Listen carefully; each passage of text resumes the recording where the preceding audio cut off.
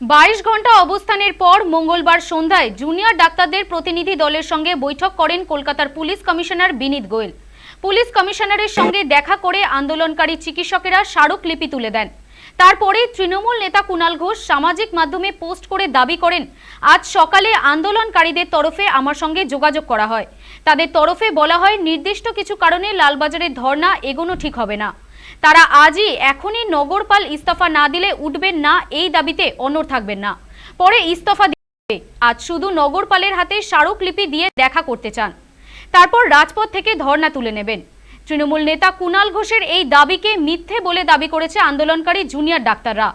বুধবার সাংবাদিক বৈঠক করে আন্দোলনকারীরা স্পষ্ট বলেন, আন্দোলনকারীদের পক্ষ থেকে কোনো রকমের কোনো যোগাযোগ করা হয়নি। আমরা যেটুকু করেছি তা নিজেদের মধ্যে আলোচনা করে যে ডিসিশন হয়েছে সেটাই করেছি।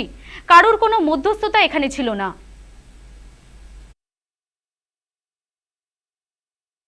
আপনারা সকলেই জানেন, কুণাল ঘোষ মহাশয় বলেছেন যে আন্দোলনকারীদের তরফ থেকে ওনার সাথে যোগাযোগ করা হচ্ছিল যে এই লালবাজার অভিযানের পরিণতি নিয়ে মধ্যস্থতা করার জন্য।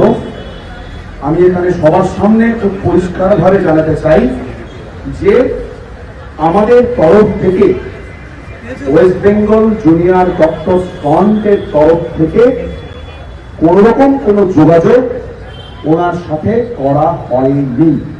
তাই এই বিষয়টা খুব পরিষ্কার হওয়া প্রয়োজন করা হচ্ছে। আমাদের এই আন্দোলন সম্পূর্ণ অরাজনৈতিক এবং অরাজনৈতিক ছিল, আসে, থাকবে। তাই কোনো রাজনৈতিক ব্যক্তিত্ব বা কোনো রাজনৈতিক দল যদি এর থেকে সুবিধা নিতে চায়, আমরা তার তীব্র প্রতিবাদ জানাচ্ছি।